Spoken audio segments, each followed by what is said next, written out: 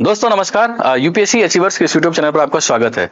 दोस्तों हम आज के सेशन में यूपीएससी 2023 का जो रिजल्ट आया अभी 17 तारीख को उसके बारे में डिस्कस करेंगे। उसके बारे में होलिस्टिक कवरेज उसको पूरा डिटेल में डिस्कस करना है और समझना है कि यूपीएससी का जो रिजल्ट आया है उस पर उसका कंक्लूजन क्या है, क्या क्या की पॉइंट्स निकल रहा है। अभी इसका कट ऑफ भी नीचे चला गया है तो कट ऑफ को लेकर भी हम एनालिसिस करेंगे कि कट ऑफ का क्या मैसेज है और फाइनली हम देखेंगे कि रिजल्ट से इतर जो बातें हो सकती है उस बातों को भी समझना है। जो जनरली कोचिंग वाले जो टॉपर्स होते हैं जो उस पक्ष पर ज्यादा वेटेज नहीं देते ना, ज्यादा बात करते हैं, लेकिन वो ज्यादा इंपैक्टफुल होते हैं बच्चों के लिए और जो बच्चे इसमें इन्वॉल्व है तैयारी कर रहे होते हैं उसके हिसाब से। तो सारा चीजों को, सारा इश्यूज को जो टॉपिक से रिलेटेड है सबको डिस्कस करना है। एक एक करके शुरुआत करते हैं। अभी देखते हैं कि 17 तारीख को यूपीएससी का रिजल्ट आया जिसमें ये 3 टॉपर है।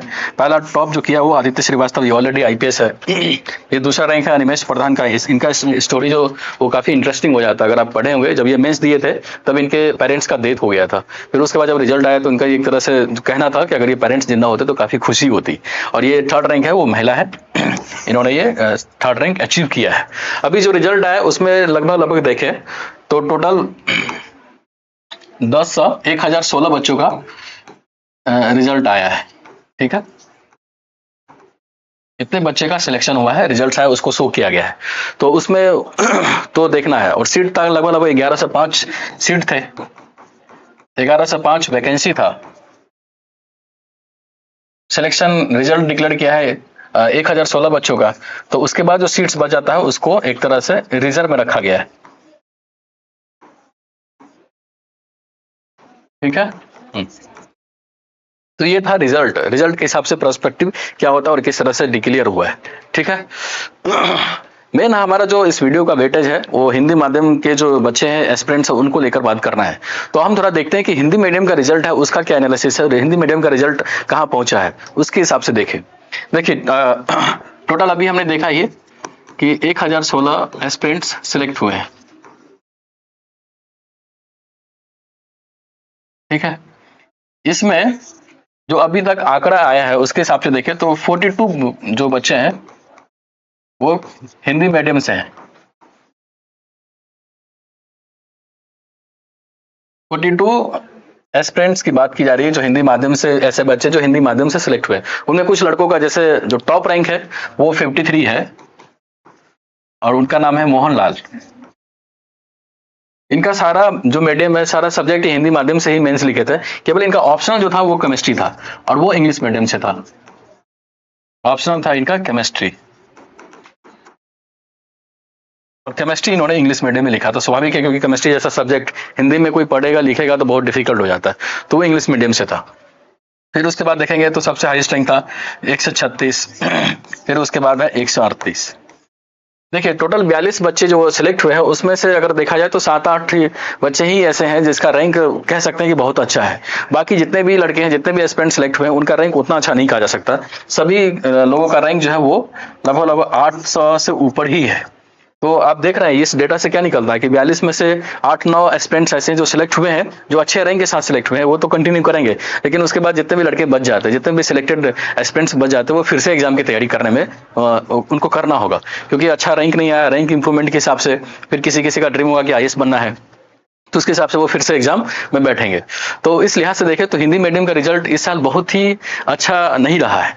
क्योंकि जिस तरह से प्रीलिम्स का पेपर था, जिस तरह से प्रीलिम्स में जो रिजल्ट आया था, जो बच्चों का एक तरह से जो छटनी उसमें हुआ था, तो काफी बड़े लेवल पर हुआ था। उसमें ऐसे बहुत बच्चे थे जो ऑलरेडी सिलेक्टेड थे, वो रैंक इंप्रूवमेंट की वजह से एग्जाम दिए लेकिन प्रीलिम्स ही नहीं निकल पाया।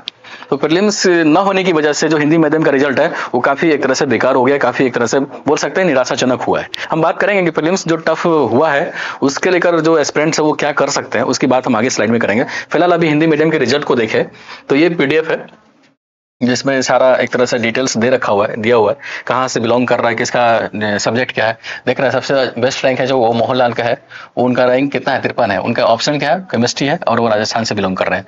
जो सेकंड बेस्ट रैंक माना जा सकता है वो है विनोद कुमार मीना का, उनका रैंक है 135, वो भी राजस्थान से है और उनका ऑप्शन था हिंदी लिटरेचर। तीसरा सबसे बेस्ट है वो अर्पित कुमार का है, उनका रैंक है 136, यूपी से है और उनका भी ऑप्शन हिंदी लिटरेचर से है। इस बार हिंदी ऑप्शनल जो सबसे बेस्ट परफॉर्म किया है तो वो हमेशा की तरह बोल सकते हैं हिंदी लिटरेचर ही दिखाई पड़ता है। क्योंकि ज्यादातर हिंदी मीडियम के बच्चे का ऑप्शन हिंदी लिटरेचर ही रहता है, तो स्वाभाविक रूप से जो सिलेक्शन रेट होगा वो भी हिंदी लिटरेचर से ही होगा। तो सबसे बेस्ट ऑप्शन बोल सकते हैं इस साल के हिसाब से। बोर्ड सिलेक्शन के लिए, तो वो हिंदी लिटरेचर ही है। ठीक है, ये अगर हम इसमें एनालिसिस करेंगे तो वो दिखाई पड़ता है। और ये इसमें 25 है और उसके बाद टोटल बच गया ये 39 और 3 लड़के यहाँ पर है, तो टोटल 42 सिलेक्शन दिखाई पड़ता है। सिलेक्शन है हिंदी मीडियम से। तो ये था जितने टोटल सिलेक्शन हिंदी मीडियम का, उसका डेटा था, उसका आंकड़ा था, वो किस रैंक पर सिलेक्ट हुआ, सारा को डिटेल से डिस्कस कर लिए। अब हम थोड़ा प्रीलिम्स के कट ऑफ को डिस्कस करते हैं। ओवरऑल मेंस का भी कट ऑफ देखेंगे किस तरह से हुआ। इस बार का जो पेपर था उसके हिसाब से देखें तो सबसे यूपीएससी के इतिहास में सबसे टफ पेपर माना जाता है, और वो चीज वेरीफाई करता है ये कट ऑफ, क्योंकि जो कट ऑफ है सबसे लोएस्ट कट ऑफ गया है अभी तक के इतिहास में। और कट ऑफ कितना है प्रीलिम्स का देखेंगे तो जनरल में 75.41 है, ईडब्ल्यूएस का तो 68 है, ओबीसी का कितना है 74.75 है। देख रहा है इस तरह से कट ऑफ लगातार एक तरह से घट ही रहा है। ये 75 क्या बताता है, कितने क्वेश्चन सही होनी चाहिए? 75 मतलब बोल सकते हैं कि 37 से 38 के बीच में, यानी 38 क्वेश्चन अगर आप इस बार सही कर देते हैं काट कुट के, तो आपका सिलेक्शन आपका कट ऑफ क्रॉस कर जाता है। और 38 क्वेश्चन आप समझ रहे हैं, अगर 38 क्वेश्चन यानी 38%, और अगर हम 11-12 में बोर्ड की परीक्षा में 38% लाते हैं तो वहां पर गांव घर में क्या करता है, एक तरह से बोला जाता है कि फेल हो गया, एक तरह से थर्ड डिवीजन आया, कोई रिस्पेक्ट ही नहीं है। लेकिन यूपीएससी में देख रहे हैं उसका कितना वेटेज है, इसलिए बोला जाता है कि यूपीएससी सबसे टफेस्ट एग्जाम हो जाता है। और इस बार का जो पेपर हुआ है वो इसी चीज को एक तरह से वेरीफाई करता है, उसी चीज को सुनिश्चित करता है कि यूपीएससी कितना टफ हो गया है। कट ऑफ देख रहे हैं बहुत नीचे गिरता जा रहा है। मेंस का कट ऑफ कम बेस उतना ही रहता है, मेंस के कट ऑफ में बहुत वेरिफिकेशन मतलब बहुत वेरी नहीं करता है। प्रीलिम्स का कट ऑफ काफी नीचे जाता है। तो अब हम देखते हैं कि प्रीलिम्स का कट ऑफ इतना जो नीचे गया है उसका आखिरकार मैसेज क्या है। खासकर हिंदी मीडियम के बच्चों के लिए बहुत क्रिटिकल मैसेज हो जाता है, क्योंकि इंग्लिश मीडियम में इतने ओवरऑल बच्चे होते हैं जो सिलेक्शन रेट देखा जाए नंबर्स के हिसाब से तो उतने पूरा हो जाता है। हिंदी मीडियम का रिजल्ट लगातार गिरता जा रहा है, तो उसके हिसाब से देखें तो वो कट ऑफ का जो मैसेज है वो मैसेज क्या है? मैसेज यही है कि इस बार जो सबसे ज्यादा एक तरह से क्वालिटी मतलब जो इंपॉर्टेंस भूमिका निभाया है सिलेक्शन में प्रीलिम्स के हिसाब से देखें तो वो है सीसेट। देखिए सीसेट का वेटेज जीएस से लगातार बढ़ता ही जा रहा है, और इस बार देखें तो काफी डिसाइडिंग फैक्टर हुआ है।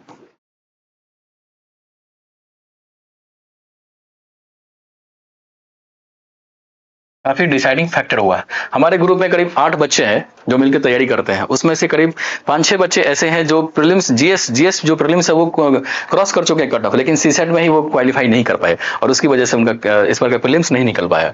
अभी मैं 2-3 बच्चों का मार्कशीट भी दिखाऊंगा जिसमें दिखाई पड़ता है सीसेट जो है एक तरह से जीएस से ज्यादा वेटेज बनता जा रहा है, और इसका जो टफनेस है वो साल दर साल बढ़ता ही जा रहा है। टफनेस बढ़ता जा रहा है, यानी जो हिंदी मीडियम के बच्चे क्या करते हैं, क्योंकि वो ह्यूमैनिटीज बैकग्राउंड से ज्यादातर बिलोंग करते हैं, उनका मैथ इतना स्ट्रांग होता नहीं है, और अगर सीसेट इतना तेजी से अगर टफ होता जाएगा तो जो इंजीनियरिंग बैकग्राउंड के बच्चे होते हैं वो भी उतना इजी से उसको क्वालिफाई नहीं कर पाते। जो ह्यूमैनिटीज बैकग्राउंड के बच्चे होंगे तो उसके लिए तो समझ ही सकते हैं कि सीसेट कितना डिफिकल्ट हो जाएगा। तो वो स्थिति काफी अलार्मिंग होता जा रहा है, काफी डिफिकल्टीज बढ़ता जा रहा है। इसीलिए सबसे जो करक्स है, सबसे जो ज्यादा इसका मैसेज ये निकलता है कि अभी के टाइम पे जीएस से ज्यादा वेटेज हमको सीसेट में देना चाहिए, क्योंकि सीसेट को इग्नोर नहीं कर सकते। आप जीएस कितना भी पढ़ लीजिए, अगर एक टाइम के बाद सीसेट आपका स्ट्रांग नहीं है तो सारा मेहनत बेकार हो जाता है, क्योंकि जीएस में तो क्वालिफाइंग जो कट ऑफ मार्क्स होते हैं वो ऊपर नीचे हो ही रहा है, लेकिन सीसेट का जो क्वालिफाइंग मार्क्स वो फिक्स है। और फिक्स कितना है, तो उसमें चाहिए आपको 66.7, इतने नंबर चाहिए, यानी 27 क्वेश्चन अगर आप सही कर रहे हैं काट कुट के तो आप क्वालिफाई कर जाएंगे, लेकिन 27 क्वेश्चन भी बच्चे सही नहीं कर पाते। इसलिए सबसे ज्यादा जरूरी हो जाता है कि आप सीसेट को ज्यादा वेटेज दीजिए। अगर मैथ आपका वीक है तो मैथ को लगातार प्रैक्टिस करिए, और मैं एक वीडियो बनाऊंगा उसमें बताऊंगा कि सीसेट का सबसे बेस्ट स्ट्रेटजी क्या होता है। जिस तरह से जीएस में आप गेस कर सकते हैं, उसमें कुछ elimination methods tricks and technique लगा के क्वेश्चन को एलिमिनेट कर सकते हैं, ठीक उसी तरह सीसेट के भी क्वेश्चन हर साल उसके थीम कुछ रिपीट होते हैं। अगर आप उन चीजों को पकड़ लेंगे तो आप इजीली सीसेट को भी क्वालिफाई कर सकते हैं। मैं अपना एक्सपीरियंस बताता हूं, मैं लगातार 4 बार से प्रीलिम्स निकाल रहा हूं और सीसेट को काफी इजी तरीके से क्वालिफाई कर लेता हूं, इतना टफनेस होने के बाद भी। रीजन यही है कि कुछ क्वेश्चन ऐसे हैं, कुछ थीम ऐसे है जो हर साल रिपीट होता है। अगर आप उस पर लगातार काम कर रहे हैं, उसको देख रहे हैं, तो वो जब वो उस थीम से रिलेटेड कोई क्वेश्चन आएगा तो आप इजिली उसको बना सकते हो, इजिली एलिमिनेट कर सकते हैं। इसमें सबसे ज्यादा भूमिका पैसेज की हो जाती है, फिर उसके बाद रीजनिंग का हो जाता है, और मैथ लगातार टफ होता ही जा रहा है। तो उस वीडियो में बात करेंगे कि सीसेट के किन पोर्शन पर ज्यादा वेटेज देना चाहिए, किस तरह से स्ट्रेटजी होना चाहिए। अभी ये बेस्ट टाइम है उस पर बात करने के लिए, लेकिन फिलहाल अभी छोटे मोटे तौर पर यही बात कंक्लूड किया जा सकता है कि सीसेट को ज्यादा वेटेज दिया जाए। अभी होता क्या है, हर साल जब रिजल्ट आता है यूपीएससी का, तो हिंदी मीडियम के जितने भी कोचिंग है यहाँ पर, उनका एक्सक्यूज यही होता है कि रिजल्ट खराब हुआ। क्यों? क्योंकि प्रीलिम्स बच्चे ज्यादा क्वालिफाई नहीं कर पाए। तो प्रीलिम्स क्वालिफाई कराने की जिम्मेदारी किसकी थी? आपकी थी। आपने उस तरह से पढ़ाया क्यों नहीं, बच्चों को उस तरह से गाइड क्यों नहीं किया? मेंस में तो कमोबेश बच्चे निकाल लेते हैं, तो उसकी वाहवाही आप लूट लेते हैं कि भाई मेंस चलो तैयारी किया, उसमें ज्यादा लोचा नहीं होता। लेकिन प्रीलिम्स क्वालिफाई कराना भी तो आप ही की जिम्मेवारी है। उस तरह से आप गाइड करिए, उस तरह से बच्चों को मोटिवेट करिए, उस तरह से गाइडेंस प्रोवाइड कीजिए, स्ट्रेटजी दीजिए ताकि वो प्रीलिम्स भी क्वालिफाई कर ले। प्रीलिम्स क्वालिफाई करना भी तो आपका रिस्पॉन्सिबिलिटी है, तो उस पर भी ज्यादा वेटेज देना है। दिक्कत क्या है, सही गाइडेंस नहीं मिल पाता बच्चों को प्रीलिम्स के हिसाब से। इसको इतना मिस इन्फॉर्मेशन है, इतना एक तरह से वहां पर जो चीजों सही स्ट्रेटजी होना चाहिए उसको लेकर इतना कंफ्यूजन है कि सही गाइडेंस तक पहुंचना बहुत मुश्किल हो जाता है। हवा बन चुका है, तो उसको देखना है। ठीक है, देखिए जिस तरह से साल दर साल हम देख ही रहे हैं, जो जीएस का कट ऑफ है वो पहले कितना था, अगर 2015 में देखेंगे तो 107 था, और अब घट के कितना पहुंच गया, 75 चला गया है। और सीसेट तो जानते हैं क्वालिफाइंग तो लगातार हर साल एक साल ही मतलब एक ही जैसा है, 66.66 यानी 66.7 नंबर चाहिए क्वालिफाई करने के लिए। लेकिन उसके बाद भी क्वालिफाइंग होने के बाद भी बच्चे क्वालिफाई नहीं कर पा रहे। सीसेट की जो भी भूमिका है उसको लेकर तो यही कहा जा सकता है कि वो क्वालिफाइंग पेपर ना होके डिसक्वालिफाइंग पेपर हो गया है। बच्चों को डिसक्वालिफाई करने में ज्यादा भूमिका निभा रहा है। पहले था क्वालिफाइंग, लेकिन अब डिसक्वालीफाइंग हो गया। और जिस तरह से ट्रेंड बढ़ रहा है, उस तरह से तो यूपीएससी यही चाह रही है कि जीएस का और सीसेट का जो कट ऑफ है दोनों एक हो जाए। जीएस और सीसेट कट ऑफ को एक करना चाह रही है यूपीएससी, उसी दिशा में बच्चों को हर साल परेशान कर रही है, और उस तरह से पेपर भी बनाता दिखाई पड़ रहा है। तो ये काफी अलार्मिंग स्थिति हो रहा है, ये काफी क्रिटिकल स्थिति हो जाता है। और जो छात्र अभी तैयारी कर रहे हैं, जो 2024 का पेपर देने वाले हैं, उसके लिए उसको तो एक तरह से खास मैसेज है कि आप जीएस जितना पढ़ रहे हो, जीएस की तैयारी कमोबेश हो ही जाती है, क्वेश्चन आप बना ही लेते हैं। सबसे ज्यादा वेटेज आप सीसेट को दीजिए, क्योंकि आप कितना भी मेहनत कर लीजिए जीएस के स्तर पर, मेंस की तैयारी कितना भी अच्छा कर लीजिए, ऑप्शनल कितना भी अच्छा कर लीजिए, कितना अच्छा पर्सनैलिटी आप डेवलप कर लो ताकि इंटरव्यू में नंबर आ जाए, लेकिन सीसेट ही नहीं निकलेगा तब कैसे आगे बढ़ोगे? पहले स्टेज में फेल हो जाओगे। तो जरूरी हो जाता है कि सीसेट को इग्नोर नहीं करना चाहिए। ठीक है, देखिए अभी वो मैं मार्कशीट की बात कर रहा था। देखिए एक लड़का है, ये इस साल उनका पेपर 1 में कितना था, 102.36 था। जीएस इजिली क्वालिफाई कर गया, मतलब बहुत अच्छे तरीके से किया। लेकिन दूसरे पेपर में कितना, 43 नंबर है। क्या बीतता होगा इस लड़के पर कि भाई इतना मेहनत किया जीएस में, जो कट ऑफ था उसका एक तरह से डबल की स्थिति में नंबर लाया, लेकिन उसके बाद भी जो सीसेट है वो फेल हो गया। ठीक उसी तरह जीएस 1 में 105 नंबर लाया, लेकिन सीसेट में कितना, 55 नंबर ही है। जीएस में क्वालिफाई होने के बाद भी सीसेट क्वालिफाई नहीं कर पाया। तो अभी सीसेट बहुत क्रिटिकल फैशन होता जा रहा है। और इस बार जो पेपर जो कट ऑफ नीचे गया उसका सबसे मेन रीजन है सीसेट, क्योंकि जीएस में तो नंबर ले ही पा रहे हैं, लेकिन सीसेट में ही क्वालिफाई नहीं कर पा रहे बच्चे, इसी वजह से तो कट ऑफ नीचे गया है। और हर साल इस तरह से ट्रेंड बढ़ता ही जा रहा है। कोई मतलब कुछ अतिशयोक्ति नहीं होगा कि जो इस बार का पेपर होगा तो उसमें भी सीसेट का जो लेवल होगा टफनेस वो इस साल से भी ज्यादा हो, फिर कट ऑफ नीचे जाएगा। तो जरूरी क्या है कि भाई सीसेट को भी ज्यादा आप इक्वली वेटेज दीजिए, उसको इग्नोर नहीं कर सकते। ठीक है, तो ये था हम कट ऑफ के निष्कर्ष को लेकर बात किए। अब हम थोड़ा यूपीएससी का जो ओवरऑल रिजल्ट आया है, जो उसका जो टेम्परामेंट है, जो उसके पैटर्न दिखाई पड़ते हैं, जो बच्चे सिलेक्ट हो रहे हैं उसके क्या कंक्लूजन है, उसमें से हम क्या 4-5 पॉइंट निकाल सकते हैं, उसको देखना है। उसको स्टडी करने के बाद आप कुछ पॉइंट्स निकाल सकते हैं। और पॉइंट सबसे जो पहला पॉइंट निकल आता है रिजल्ट को, उसमें हर साल की तरह इस साल भी ये दिखाई पड़ता है कि इस सिलेक्शन में इंजीनियर्स का दबदबा फिर से बढ़ा है। अभी हो क्या रहा है कि जब भी यूपीएससी का रिजल्ट आता है तो उसमें जो दिखाई पड़ता है, तो उसमें जो टॉपर्स होते हैं, जो ओवरऑल सिलेक्शन होते हैं, इसमें लगभग 60% से भी ज्यादा जो बच्चे सिलेक्ट होते हैं वो इंजीनियरिंग बैकग्राउंड के होते हैं। ये काफी एक तरह से क्रिटिकल अलार्मिंग स्थिति है, क्योंकि जो बच्चे इंजीनियरिंग कर रहे हैं वो अपने इंजीनियरिंग फील्ड में आगे नहीं बढ़ रहे, यूपीएससी की लाइन में आ रहे हैं। लगभग मेडिकल के बच्चे भी इस तरह से इस लाइन में घुस रहे हैं। और जो ह्यूमैनिटीज के बैकग्राउंड है तो वो उनके लिए तो विकल्प सीमित है कि वही यूपीएससी गवर्नमेंट एग्जाम इसी फील्ड में वो जा सकते हैं। लेकिन अगर अदर क्षेत्र, अदर एरिया के बच्चे भी इस लाइन में घुस रहे हैं तो कंपटीशन बहुत ही तीव्र, बहुत ही एक तरह से आगे बढ़ता जा रहा है। तो इंजीनियर्स का दबदबा फिर से कायम हुआ है। और डेटा की बात करें तो पिछले साल ही क्या बोलते हैं, जो डीओपीटी के जो मिनिस्टर है जितेंद्र सिंह, उन्होंने लोकसभा में ये डेटा रखा था कि जो 63% जो बच्चे मेंस क्वालिफाई किए थे वो इंजीनियरिंग बैकग्राउंड से रिलेटेड थे। 63%, देख रहे हैं 60% से भी ज्यादा है। और सारे बच्चे, मतलब ज्यादातर बच्चे इंजीनियरिंग बैकग्राउंड के हैं। तो ये काफी अलार्मिंग स्थिति हो जाता है। और जो ह्यूमैनिटीज बैकग्राउंड के बच्चे हैं उनका मैथ, साइंस वगैरह से उतना स्ट्रांग नहीं होता है। अगर इंजीनियरिंग बैकग्राउंड के बच्चे लगातार इसी तरह इसी अनुपात में आते रहेंगे तो उनके लिए जो सरकारी नौकरी है, जो उनके लिए जो यूपीएससी का सपना है, वो धीरे धीरे खत्म होने के कगार पर पहुंच सकता है, जो कि सरकार के लिए सोचने वाली बात हो जाएगी। देख रहे हैं, ये डाटा है कि UPSC most successful candidates are from engineering stream. लगभग 64%। अभी तक जितने भी सिलेक्शन हुआ है 2011 से देखे तो उसमें जितने भी बच्चे सिलेक्ट हुए उसमें से 64% ऐसे हैं सिविल सर्वेंट्स आर इंजीनियर्स। और इसी पर एक मीम भी चलता है कि engineers do everything except engineering. Engineering के बारे में कहा जा रहा है कि हर चीज वो कर सकता है, किसी भी फील्ड में जाके झंडे गाड़ सकता है, लेकिन इंजीनियरिंग नहीं कर सकता वो। तो इस तरह से मीम भी बनता है। तो पहला ट्रेंड तो यही दिखाई पड़ता है कि इंजीनियर्स का जो सिलेक्शन रेट है वो लगातार बढ़ता जा रहा है। दूसरा जो कंक्लूजन है, दूसरा जो ट्रेंड है वो क्या है कि इसमें ज्यादातर टॉपर्स जो दिखाई पड़ते हैं वो देश के टॉप संस्थानों से पढ़े हुए हैं। मतलब ये जो निष्कर्ष है, टॉप संस्थान मतलब क्या? आईआईटीज, आईएम, आईआईटी से पढ़े हैं कुछ बच्चे, कुछ आईएम से पढ़े हैं, जेएनयू जैसे संस्थान से पढ़े, डीयू जैसे संस्थान से पढ़े हैं। जो टॉप की जो इंस्टीट्यूशन है वहां से बच्चे पढ़ के आए हुए और यूपीएससी में झंडे गा रहे हैं, यूपीएससी में सिलेक्शन ले रहे हैं। ये क्या कंक्लूड करता है? ये कंक्लूड जो ट्रेंड है वो दिखाता है कि जो बच्चे अच्छे से जो ग्रेजुएशन के लेवल की जो पढ़ाई है उसको ठीक से किया हुआ है, ठीक से जिनका ग्रूमिंग हुआ है, ठीक से जिनका पर्सनालिटी डेवलपमेंट हुआ है, वो आगे चलकर भी अच्छा कर रहे हैं क्योंकि उनका बेस स्ट्रांग है। इसलिए जो यूपीएससी का जो एक तरह से जो सिलेबस है, जो उसमें जो एक तरह से क्या बोलते हैं क्वालिफाइंग जो एलिजिबिलिटी है, उसमें स्पष्ट लिखा हुआ है कि ग्रेजुएशन, आफ्टर ग्रेजुएशन।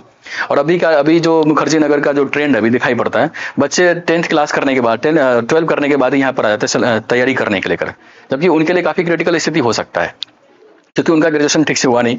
कॉलेज में जो ग्रूमिंग होता है, जो एक तरह से पर्सनालिटी डेवलपमेंट पर जो फोकस किया जाता है, जो उनका कॉन्फिडेंस लेवल बढ़ना चाहिए, जो उनका एक तरह से हर लेवल पर जो काम करना चाहिए कॉलेज के लेवल पर, वो तो पीछे ही छूट जाता है। केवल तैयारी करते हैं, केवल बुक पढ़ते हैं, यहाँ पर लाइब्रेरी में बैठ के 24 घंटा में 18 घंटा पढ़ते हैं, जो कि ये स्थिति ठीक नहीं है। और यही रीजन है कि ऐसे बच्चे का सिलेक्शन रेट कम है जो अच्छी जगह से पढ़ के आए हैं, जो अच्छी जगह से जिनका पर्सनालिटी डेवलपमेंट हुआ है। क्योंकि UPSC all about, UPSC knowledge का गेम है ही नहीं, यूपीएससी आपकी पर्सनालिटी का गेम है, आपकी कॉमन सेंस का गेम है, आपकी प्रेजेंस ऑफ माइंड का गेम है।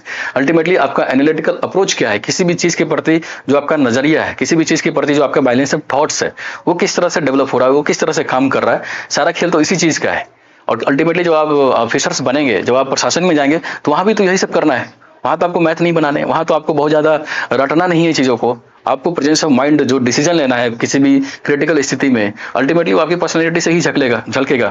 तो वो तभी हो पाएगा जब आप बेहतर परिस्थिति में बेहतर तरीके से चीजों को हैंडल करने की क्षमता रखते हैं। किताबी ज्ञान सफिशिएंट नहीं है। वो दूसरा ट्रेंड था। तीसरा ट्रेंड क्या है कि पहले से सिलेक्ट हुए अभ्यर्थी ही बार बार सिलेक्ट हो रहे हैं। ये काफी गौर करने वाली बात है। देखिए हो क्या रहा है कि इस बार का जो रिजल्ट है तो उसके टॉप फाइव में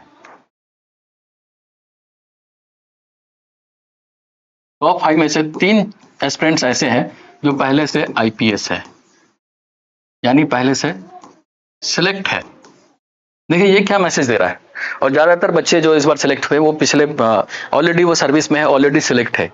ये रीजन, ये जो मैसेज है, ये जो ट्रेंड है वो क्या दिखा रहा है? देखिए यूपीएससी क्या हो रहा है, यूपीएससी एक मैराथन है। यूपीएससी में अगर आपको सिलेक्शन लेना है, इसमें तैयारी करना है, तो किसी भी सब्जेक्ट का, किसी भी टॉपिक का एक तरह से वास्ट अप्रोच होना चाहिए, डीप नॉलेज होना चाहिए, और उसको ठीक से समझने की एक तरह से कैपेबिलिटी भी होना चाहिए।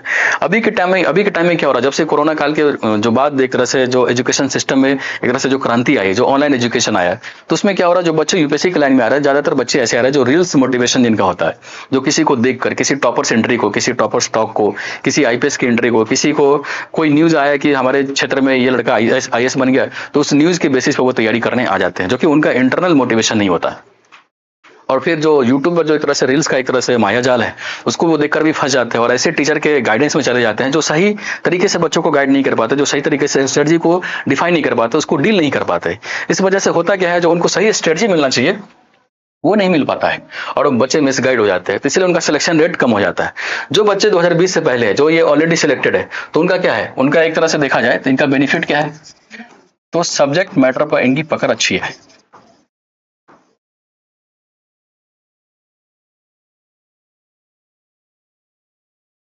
दूसरा यह है कि इनको सही, चूंकि एक बार सिलेक्ट हो गए हैं तो एग्जाम के टेम्परामेंट को वो समझ चुका है।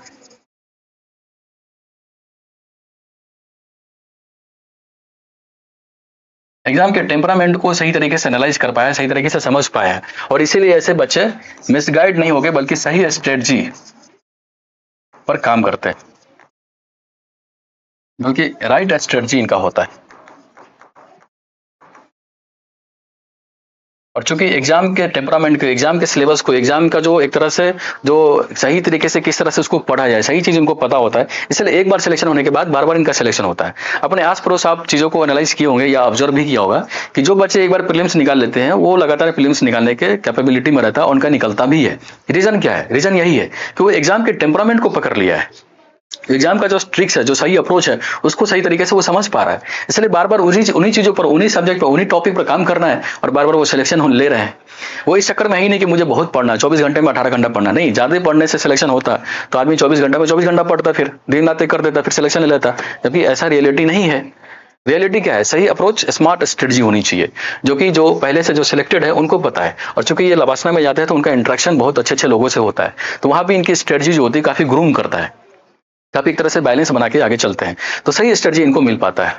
अभी जो यूट्यूब का एक तरह से माया जाल है, तो उसमें एक कॉन्सेप्ट चलता है, मनोविज्ञान की दुनिया में कहते हैं अवेलेबिलिटी बायस। मतलब जो चीज हमको हमारे सामने है उसी को देखकर हम किसी डिसीजन को ले लेते हैं, समझ लेते हैं। अभी यूट्यूब पर क्या है, तरह तरह की इन्फॉर्मेशन है। अब जो बच्चे तैयारी करना चाहते हैं उसी इन्फॉर्मेशन को बेस बना के वो तैयारी में घुस जाते हैं, उनको सही इन्फॉर्मेशन नहीं मिल पाता है। और जब वो तैयारी करते हैं तो उनको बाद में रियलाइज होता है कि जो सही इन्फॉर्मेशन थी वो हमारे तक पहुंच ही नहीं पाया, हम तो किसी और चीज को सुन के यहाँ पर तैयारी में आ गए, और बाद में वो तैयारी से एक तरह से पीछे हट जाते हैं, उनको अफसोस हो जाता है, और वही ऐसे ही लड़के डिप्रेशन के शिकार हो जाते हैं। बाद में यही, अगर ज्यादा इमोशनल हो गया, ज्यादा सीरियसली इसको ले लिया फेलियर्स को, तो सुसाइड भी कर लेते हैं। ऐसे हर साल के इंसिडेंट होते हैं। तो इस फिनोमेना को बोलते हैं अवेलेबिलिटी बायस। मतलब जो चीज है उसको सही तरीके से प्रस्तुत न करके जितना दिखाई पड़ता है हम उसी को सही मान लेते हैं, और उसी के आधार पर अपने डिसीजन को ले लेते हैं, और हम तैयारी के जंजाल में फंस जाते हैं। इस तरह से नहीं करना चाहिए, ठीक है। तो ये ट्रेंड था। चौथा ट्रेंड क्या है कि तैयारी का कोई शॉर्टकट नहीं है। जितने बच्चे सिलेक्ट हुए हैं उनमें से अधिकांश बच्चे ऐसे हैं जिनका ये तीसरा या चौथा या पांचवा अटेम्प्ट है। और पिछले साल यूपीएससी की जो रिपोर्ट्स आई थी उसमें भी इस चीज को हाईलाइट किया गया था कि लगभग 70% जो एस्पिरेंट सिलेक्टेड है उनका अटेम्प्ट क्या है, जो 70% जो सिलेक्टेड एस्पिरेंट है वो तो या थर्ड या फोर्थ अटेम्प्ट वाले हैं। ये क्या दिखाता है? ये दिखाता ये है कि तैयारी का कोई शॉर्टकट नहीं है। लंबे समय तक आपको चीजों को पढ़ना होगा, टाइम देना होगा, चीजों को एनालाइज करना होगा, यूपीएससी के सिलेबस को समझना होगा सही तरीके से। फिर जो प्रीवियस ईयर के जो क्वेश्चन है वो उसका जो एक तरह से ट्रेंड है वो क्या कहता है उसको अंडरस्टैंड करना होगा, उसको देखना होगा। और अगर आप इतना कर पा रहे हैं तभी इस लाइन में सिलेक्शन की गारंटी है। लेकिन अभी जो बच्चे आ रहे हैं वो क्या करते हैं, उनको शॉर्टकट चाहिए। कुछ ऐसा बताओ कि एक ही साल में उनका सिलेक्शन भी हो जाएगा। मैं कुछ बच्चों से इंटरेक्ट भी करता हूँ, वो सीधे बोलते हैं कि भैया कुछ इस तरह से बताइए ताकि मैं पहले अटेम्प्ट में प्रीलिम्स निकाल दूं। वो क्वेश्चन नहीं बनाना चाहते, क्वेश्चन बनाते हैं उनका नंबर आता है 40-45, फिर वो कहते हैं कि कुछ इस तरह से बताओ टेस्ट सीरीज कैसे लगाओ ताकि मैं पहले टेस्ट सीरीज में ही कट ऑफ को क्वालिफाई कर लूं। ऐसा नहीं होता, ये ग्रेजुअल प्रोसेस है। जब तक आप चीजों को गलती नहीं करेंगे, जब तक उसको समझेंगे नहीं, जब तक बार बार एरर नहीं करेंगे, तब तक आप सही चीजों पर, सही स्ट्रेटजी पर, सही क्वेश्चन तक आप पहुंच ही नहीं सकते। इसीलिए प्रैक्टिस बहुत जरूरी होता है, और प्रैक्टिस करना इसमें काम बहुत इंपॉर्टेंट हो जाता है। अभी यूपीएससी के एक तरह से मजाक के तौर पर कहा जाता है कि जो भी यूपीएससी के एस्पिरेंट अभी आ रहे हैं वो एक बीमारी से ग्रसित है, वो मीम के तौर पर बोला जाता है। और बीमारी क्या है? एच एन एस काफी इंटरेस्टिंग है। एच क्या है? एच बीमारी है एक, hyper syllabus non preparation syndrome बोलते हैं इसको। Hyper syllabus non preparation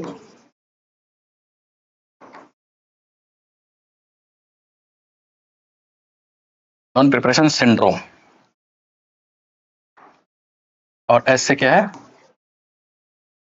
syndrome. अभी जितने भी बच्चे आ रहे हैं सबके साथ ये प्रॉब्लम देखी जा रही है। जो भी बच्चे आ रहे हैं उनको, उनके साथ ये प्रॉब्लम है। प्रॉब्लम क्या है? Hyper syllabus non preparation syndrome. Syllabus इतना ज्यादा है उसको पढ़ना नहीं है, सिलेबस का बोझ बहुत ज्यादा है, प्रिपरेशन नहीं है उस हिसाब से जैसा प्रिपरेशन होना चाहिए। क्योंकि सिलेबस को समझने के बाद थोड़ा सा मेहनत भी करना होता है, सही स्ट्रेटजी बनानी चाहती है। लेकिन इतना करना कौन चाहता है? सभी को चाहिए शॉर्टकट में सक्सेस लेना चाहते हैं, और बाद में जब इतना पेशेंस होता नहीं तो बाद में वो डिप्रेशन के भी शिकार हो जाते हैं। क्योंकि चीजें हमेशा सही ट्रैक पर हो ये जरूरी नहीं है, तो मिसगाइड भी हो जाते हैं, बाद में डिप्रेशन भी हो जाते हैं। फिर 1 साल 2 साल की तैयारी के बाद वो हमेशा परेशान रहते हैं, इरिटेट हो जाता है कि भाई इस तरह से चीजें हम मैनेज ही नहीं कर पा रहे, क्या करें। तो ये समस्या देखी जाती है। इसलिए जरूरी हो जाता है कि आप एक बार सिलेबस को गहन अध्ययन करें, सिलेबस देखिए, उसके सारे चीजों को, पहलू को समझिए, तभी इस लाइन में तैयारी में घुसिए। इसी के साथ अगला पॉइंट जो है वही है कि रील्स नहीं, रियल मोटिवेशन की जरूरत है। ये जितने भी छात्र जो इस पे सिलेक्ट हुए, सभी का बैकग्राउंड यही कहता है कि भाई वो लगातार 3 साल, 4 साल, 5 साल से इस लाइन में घिरे हुए हैं, और 4 साल, 5 साल लाइन में घिरे हुए यानी उनके अंदर काफ़ी पेशेंस है, और पेशेंस है यानी उनका इंटरनल मोटिवेशन है, तभी वो इस दमखम के साथ इतने लंबे टाइम तक वो टिके हुए हैं।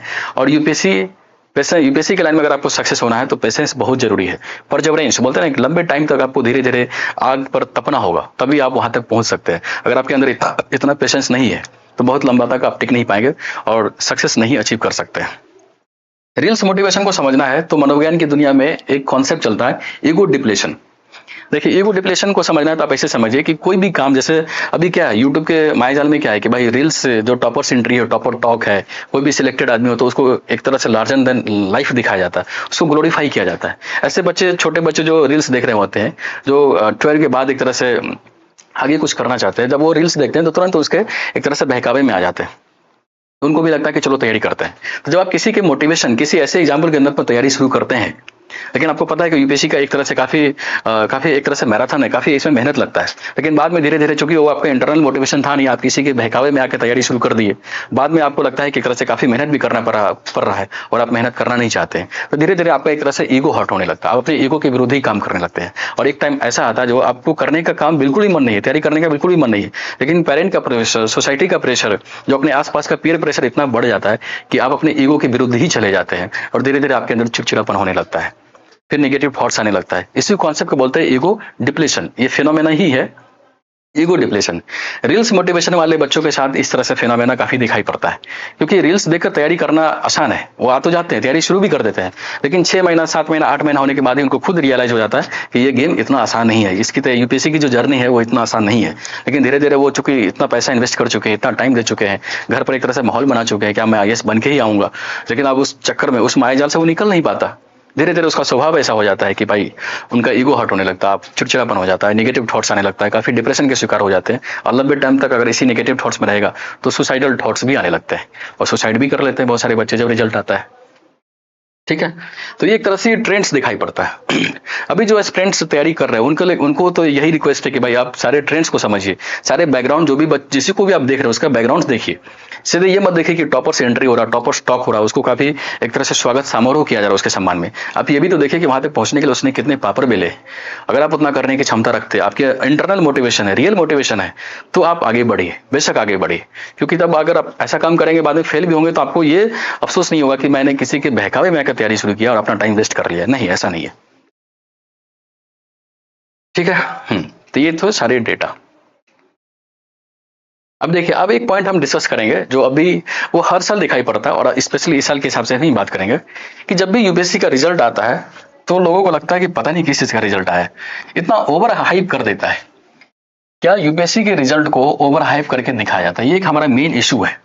देखिए, जब भी यूपीएससी का रिजल्ट आएगा तो क्या ट्रेंड दिखाई पड़ता है कि टॉपर्स का एक तरह से रैली निकाला जाएगा, रैली निकलता है, उनके सम्मान में स्वागत समारोह का आयोजन होता है, समारोह का आयोजन होगा, रॉयल एंट्री दिखाया जाता है,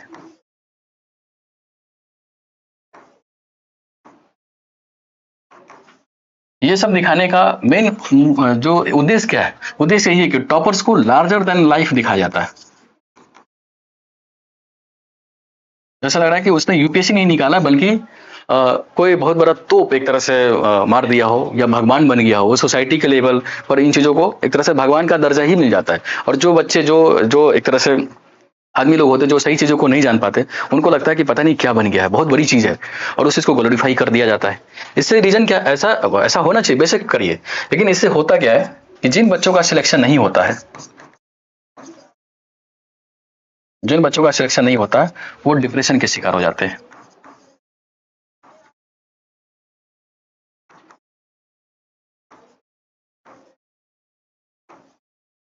वो डिप्रेशन के शिकार हो जाते हैं, और यही कारण है कि जब भी यूपीएससी का रिजल्ट आता है तब भी आपको इस तरह की अप्रिय घटना दिखाई पड़ता है। कि जैसे अभी 17 तारीख को रिजल्ट आया, तो उसी रात में, उसी दिन ये न्यूज आया कि पिता किसान 10 साल से तैयारी, यूपीएससी रिजल्ट आने के बाद मुखर्जी नगर की छात्रा ने छत से लगाई छलांग। देखिए, इस तरह का रिजल्ट न्यूज आता है। जब भी रिजल्ट आता है। कारण क्या है? कारण यही है कि रिजल्ट को इतना ओवर हाइप कर दिया जाता है कि जो बच्चे सेलेक्ट नहीं हो पाते उनको लूजर्स वाली फीलिंग आता है। उनको लगता है कि भाई अब मैं जीवन में कुछ कर ही नहीं पाऊंगा, क्योंकि सोसाइटी का प्रेशर इतना बढ़ जाता है। उनको लगता है कि भाई कलेक्टर बनने गए थे, जब गाँव जाएंगे तो गाँव वाले ये चिढ़ाने लगते हैं कि कलेक्टर बाबू आ गए। आपको एक तरह से व्यंग करेगा, कटाक्ष करेगा, एक तरह से इरिटेट कर देता है। और ऐसे बच्चे, सभी बच्चे नहीं झेल पाते कुछ प्रेशर। उनको लगता है कि मेरी दुनिया ही समाप्त हो गई, फिर वो एक्सट्रीम केस उठा लेता है और वो सुसाइड कर लेते हैं। इसीलिए जो ओवर हाइप है, ओवर जो हाइप करके रिजल्ट को दिखाया जाता है, वो काफी एक तरह से डीमोटिवेट का कारण होता है। बच्चों को मोटिवेशन नहीं मिलता, डीमोटिवेशन मिलता है। अब देखिए, जैसे अभी ये एक फिल्म आई थी 12 फेल, तो 12 फेल में भी इस चीज को दिखाया, मनोज की स्टोरी को दिखाया। अब देखिए, मनोज की स्टोरी काफी इंटरेस्टिंग है, सीधी सी बात है, इससे मोटिवेशन नहीं मिलता है। लेकिन ये काफी बच्चों को डीमोटिवेशन का कारण भी बनता है, क्योंकि इस फिल्म को देखकर बहुत सारे बच्चे ये सोच रहे हैं कि चलो हम भी तैयारी करते हैं। जब 12वीं फेल बच्चा यूपीएससी क्रैक कर सकता है तो हम क्यों नहीं कर सकते? तैयारी करने आ तो जाते हैं, लेकिन उसमें से कुछ ही बच्चों का सिलेक्शन होगा। सीधी सी बात है, क्योंकि यूपीएससी का जो सिलेक्शन रेट क्या है, वो 0.1%। सभी बच्चों का सिलेक्शन नहीं होगा। लेकिन जिस बच्चों का सिलेक्शन नहीं होगा और चूंकि इतने इमोशंस में आके वो तैयारी किया, तो बाद में क्या होगा? डिप्रेशन का शिकार हो जाएगा। बाद में एक तरह से वो सुसाइडल थॉट्स भी उनके अंदर आने लगेंगे, कोई एक्सट्रीम कदम भी उठा सकता है। तो इस तरह का फिल्म भी यूपीएससी के जो सिलेक्टेड है बच्चे हैं उसको ग्लोरीफाई करके समाज में एक तरह से कुंठा क्रिएट करता है, समाज में एक तरह से डिप्रेशन, डिमोटिवेशन का भी कारण बनता है। वो दिखाई नहीं पड़ता है। अब यूपीएससी, अब यही फिल्म है, उसमें क्या है, केवल मनोज की स्टोरी दिखाया। लेकिन उसी फिल्म में गौरी भैया भी है, जो इतने समय से तैयारी करते हैं। उनकी स्टोरी की तो कोई बात ही नहीं करता। वो काफी लंबे स्ट्रगल के बाद वो सिलेक्ट नहीं हो पाते, लेकिन इनकी बात कोई नहीं करेगा, इन पर कोई फिल्म नहीं बनाता। फिर उसी तरह ये पांडे हैं, पांडे का भी स्टोरी काफी एक तरह से इंटरेस्टिंग है, लेकिन ये इन लोगों की बात नहीं करता है। जबकि हकीकत क्या है, यूपीएससी का जर्नी में जो रियलिटी है वो मनोज नहीं है, मनोज तो एक्सेप्शन है। गौरी भैया और पांडे ही इसका रियलिटी है, लेकिन इन चीजों को नहीं दिखाई पड़ता है। मैंने बताया ना, वो फिनोमेना है अवेलेबिलिटी बायस। जो एक्चुअल चीज है उसको प्रस्तुत ना करके जो चीजें नहीं दिखाई पड़ती उसको इतना ग्लोरीफाई कर दो कि लोगों को लगा कि अगर ये नहीं बना तो फिर जीवन में कुछ नहीं बना, अचीव ही नहीं किया। और वो एक तरह से अभी यूट्यूब पर कहा भी जाता है कि बाकी बाकी सब तो नौकरियां हैं, नौकरी तो केवल आईएएस है। जब आप इन चीजों को बात करेंगे, जब इन चीजों को लेकर आगे बढ़ाएंगे, तो आप बच्चों को किस टेम्परामेंट में भेज रहे हैं? सभी बच्चे यूपीएससी करने आ जाएंगे तो आपको ही पता है कि उसमें से 1000 बच्चे ही सिलेक्ट हो पाते हैं हर साल, उसमें से 180 आईएएस बनते हैं।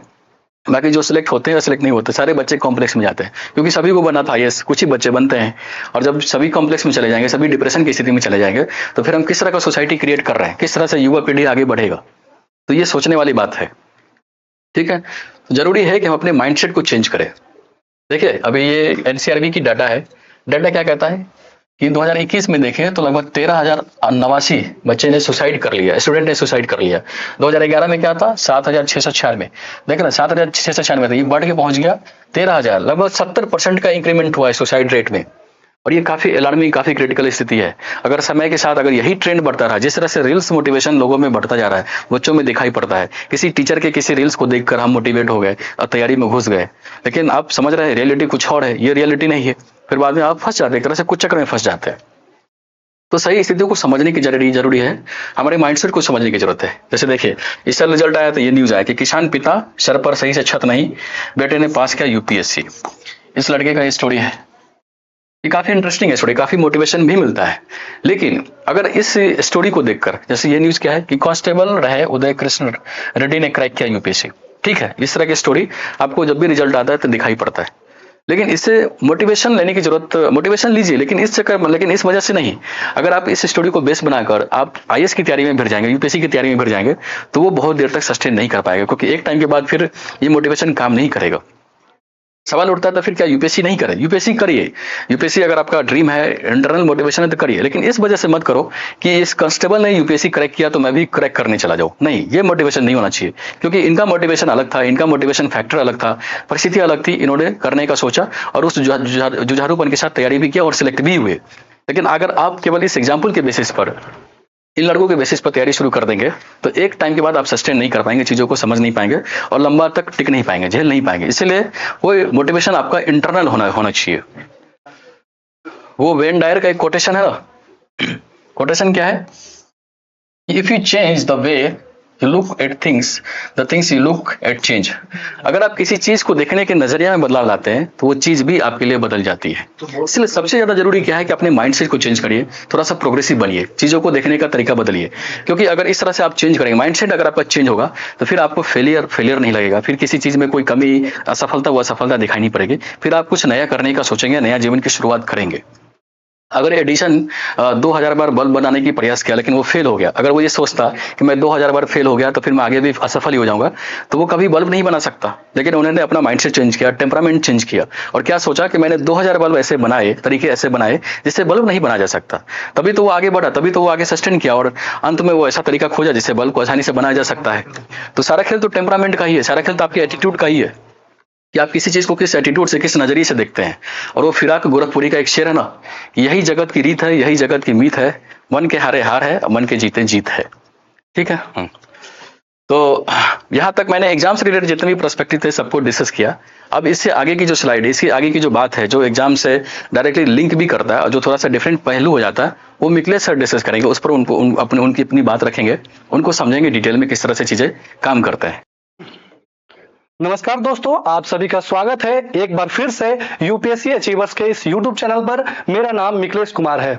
दोस्तों, आपने अभिषेक सर से देखा कि यूपीएससी का रिजल्ट कैसा रहा, कौन कौन टॉपर रहे और हिंदी मीडियम की क्या स्थिति रही।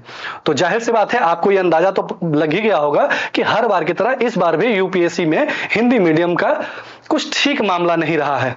और आपने तमाम उनसे पहलुओं को देखा, रिजल्ट से जुड़े हुए आंकड़े देखे, सुसाइड का रेशियो देखा, एनसीआरबी की रिपोर्ट देखी, और तमाम टॉपिक्स को अभिषेक सर ने बहुत ही बेहतरीन तरीके से आपसे साझा किया। अब आगे का जो टॉपिक है वो मैं आपसे के साथ डिस्कस करने वाला हूं। तो जानते हैं कि क्या यूपीएससी ही अंतिम सत्य है? यूपीएससी में जो असफलता है वो जीवन की असफलता मानी जाए, है ना? तो ये हमारा टॉपिक ही अभी यही है कि यूपीएससी की असफलता क्या जीवन की असफलता मानी जाए। तो इस टॉपिक पर इससे रिलेटेड बात करने से पहले कुछ हम लोग आंकड़ों को देख लेते हैं, यूपीएससी से संबंधित आंकड़े। तो ये आंकड़े हैं, तो उसमें क्या, ये आंकड़ों में क्या पता चलता है कि टोटल स्टेट्स में पूरे भारत भर में करीब 6699 पोस्ट हैं, ठीक है, यूपीएससी के थ्रू जो अधिकारी काम कर रहे हैं। और उनमें से 5200 पोस्ट जो है उस पर ऑलरेडी पोस्टिंग है और अधिकारी काम कर रहे हैं, और टोटल इतना ही सीट है 6699। और ये 1494 जो है वो खाली है। 1494 है, इसको मोटा मोटी 1000 मान लिया जाए अगर, या 1500 मान लिया जाए, तो 1500 में से 1000 सीटों पे हर साल, ठीक है, एग्जाम कराया जाता है। उन्हीं के लिए चयन किया जाता है यूपीएससी के एग्जाम के माध्यम से, है ना?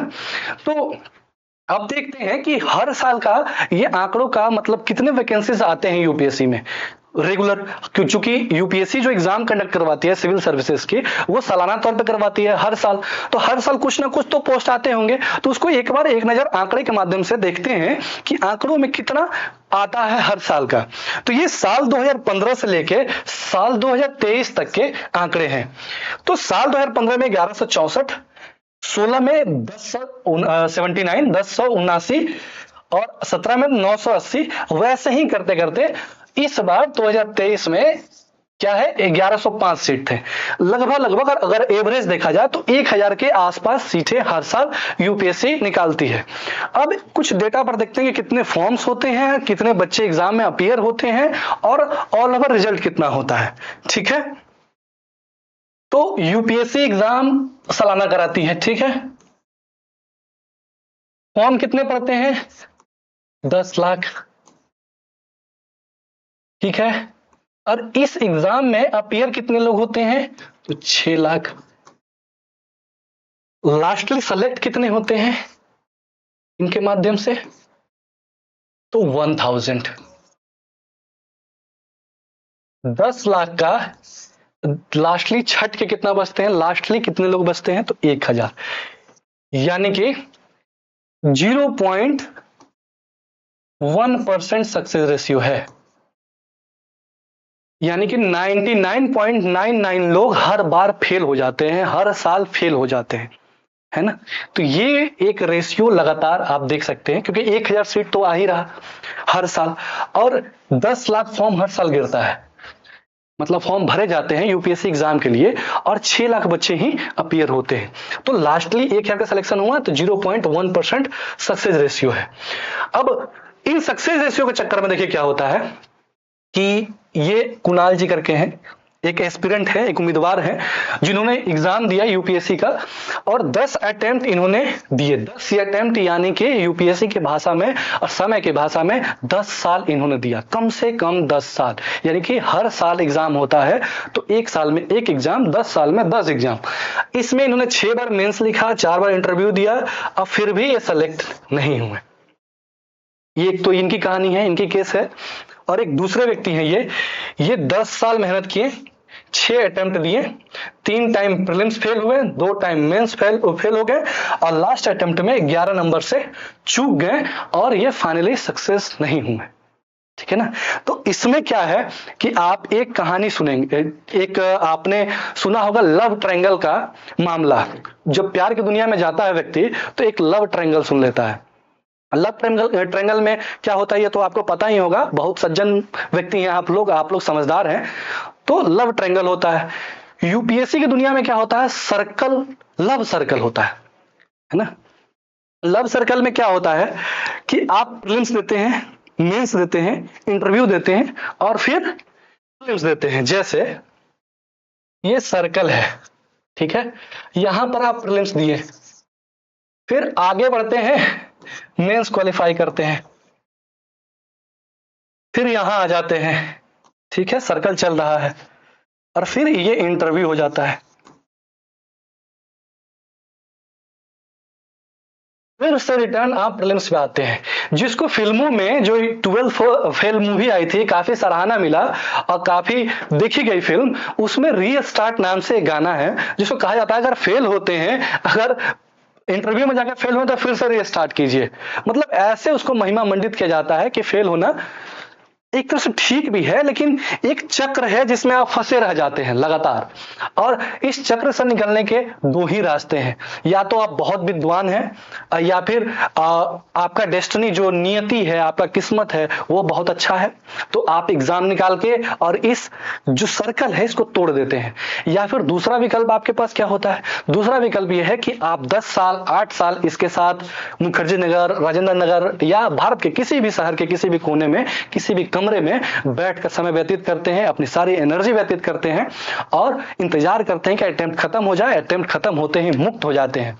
लेकिन समस्या यहां से अब एक तरह की नई शुरू हो जाती है। एक तरह से ये अच्छी भी बात है कि अटेम्प्ट खत्म हुआ, आप बृहद स्तर पर सोच पाते हैं, जितने आस पड़ोस में आपके पास ऑप्शंस हैं, विकल्प हैं, आप उस पर नजर बनाते हैं। लेकिन दूसरी तरफ एक दुख की बात है, एक परेशान कर देने वाली बात यह है कि आपके पास वो समय नहीं है, वो जवानी नहीं है, वो ऊर्जा नहीं है, क्योंकि आपने ग्रेजुएशन कंप्लीट करा है 21-22 साल में और उसके बाद से आप यूपीएससी की तैयारी में आ गए हैं। 8 साल 10 साल 7 साल आपने लगा दिया, 30-32 साल के हो गए। आपके पास ना इनकम है ना समय है और ऊपर से किसी तरह का ना ही आपके पास स्किल है, क्योंकि लगातार आप इतिहास, भूगोल और पर्यावरण जैसे विषयों में लगातार रहे।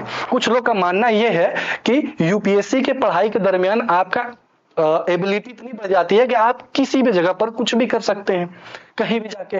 ये आंशिक रूप से सत्य है लेकिन संपूर्ण सत्य नहीं है, क्योंकि एक होता है आपने पढ़ा है, एक होता है आपने प्रैक्टिकल किया है, आप कहीं गए, उसको कार्य को किए, तो दोनों जमीन आसमान का अंतर हो जाता है कि जो आपने पढ़ा है और जो आप कर रहे हैं।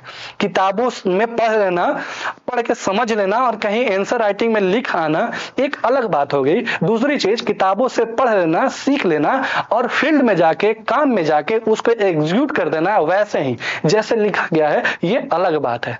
तो इसलिए आपको मतलब परेशान कर देती है चीजें। आप फिर 30 साल 32 साल के एज हो गए और जाहिर सी बात है कि पारिवारिक जीवन में व्यक्ति है तो उसके परिवार होने चाहिए, शादी विवाह होना चाहिए, उसका इनकम होना चाहिए, घर परिवार होने चाहिए। ये सब सेटल करते करते लगभग वो अधेड़ उम्र में पहुंच जाता है, पौढ़ावस्था में पहुंच जाता है और 40 साल कब आ जाता है, जीवन का आधा समय कब समाप्त हो जाता है, पता नहीं चलता है। अगर ये लोग फेल हो गए, ठीक है, अब आगे क्या, इनकी जिंदगी समाप्त हो गई, इनको फेलियर मान लिया जाए। 10 लाख में से जितने लोग 99 लाख लोग से अधिक जो लोग जितने भी फेल हो जाते हैं वो असफल हैं, बेकार लोग हैं। देखिए आगे एग्जाम्पल के माध्यम से हम लोग देखते हैं। ये इनको आपने बहुत संभव है कि आपने गीता गोपीनाथ का नाम सुना होगा या देखा होगा, काफी चर्चित महिला हैं ये क्या है, तो ये फर्स्ट वुमेन है जो IMF यानी कि इंटरनेशनल मॉनेटरी फंड की चीफ इकोनॉमिस्ट रही थी। इनके मजे की बात यह है कि इनके पति जो हैं वो IAS ऑफिसर है, लेकिन शायद ही किसी को इनका नाम पता है ना, शायद ही किसी को पता हो कहां पोस्टेड है, क्या काम कर रहे हैं।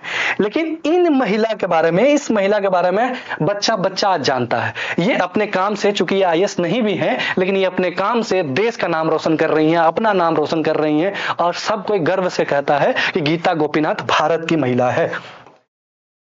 ठीक है, एक और उदाहरण देखते हैं। तो MS स्वामीनाथन हर कोई परिचित होगा, आपके किसी भी क्लास में आप पढ़ते हैं तो MS स्वामीनाथन के बिना वो क्लास अधूरा, अगर 10वीं तक 8वीं तक आपने पढ़ा है तो MS स्वामीनाथन का नाम ना है ऐसा हो ही नहीं सकता। और थोड़ा सा भी आप जागरूक व्यक्ति हैं तो MS स्वामीनाथन के नाम के बारे में जरूर जानते होंगे। इनके बारे में क्या है कि ये 50-60 के समय में 1950-60 के आसपास में ये IPS ऑफिसर के रूप में चयनित हुए इंडियन पुलिस सर्विस में। सोचिए 1950-60 के दरमियान में क्या माहौल रहता होगा IPS बनने में, क्या भौकाल रहता होगा, क्या तैयारी रहती होगी, किस पृष्ठभूमि के लोग इसमें आते होंगे, क्योंकि मैक्सिमम आबादी तो अनपढ़ थी, अशिक्षित थी, लेकिन फिर भी उस समय व्यक्ति शिक्षित हुआ, IPS की नौकरी पाया। ठीक है, लेकिन इनका रुझान इस IPS की नौकरी के से इतर एग्रीकल्चर में ज्यादा था, है ना, कृषि में ज्यादा था। तो इनको एक फॉरेन फेलोशिप मिल जाता है और ये एग्रीकल्चर यूनिवर्सिटी में एग्रीकल्चर की पढ़ाई करने के लिए चले जाते हैं IPS की नौकरी को छोड़ के। और क्या करते हैं ये, तो ये भारत में ग्रीन रेवोल्यूशन के जनक माने जाते हैं, father of the green revolution. इनको हर कोई जानता है। अब सोचिए वो उस समय IPS की नौकरी नहीं छोड़े होते, अगर अपने पैशन को, अपने रुचि को आगे नहीं लेके गए होते, परस्यू नहीं किए होते, तो क्या आपको लगता है कि MS स्वामीनाथन के बारे में आज मैं बात कर रहा होता, आप सुन रहे होते, या आपने कभी किताबों में MS स्वामीनाथन के बारे में पढ़ा होता? क्योंकि जब से देश आजाद हुआ है या आजादी से पहले और आज तक लाखों IAS IPS ऑफिसर निकले होंगे, लेकिन किसी भी इक्के दुक्के को छोड़ दिया जाए तो कितने IAS IPS के बारे में आपने पढ़ा, लिखा, सुना, देखा है? जो ये रिजल्ट आते हैं IAS के हर साल, और क्या होता है कि रील के माध्यम से, मीडिया के माध्यम से जो माहौल बना दिया जाता है कि यही एक नौकरी है, यही एक विकल्प है आपके पास जिसको आपको पा लेना है। आप देखते हैं कि महीने, 2 महीने, 4 महीने के बाद से उनमें से 1000 कैंडिडेट जितने भी सिलेक्टेड हुए, 1000 हुए, 700 हुए, 800 हुए, किसी का नाम पता ठिकाना नहीं चलता है, कहां पोस्टेड है, क्या है, किसी को नहीं मतलब है, ना ही उनके काम से मतलब है, ना ही सिर्फ रील में जो माहौल देख लेते हैं, जो अपने लोकल लैंग्वेज में कहा जाता है ना, भौकाल देख लेते हैं कि लाओ लश्कर के साथ IPS जी आ रहे हैं, IAS जी आ रहे हैं, और बाकी लोग उनके पीछे पीछे चल रहे हैं।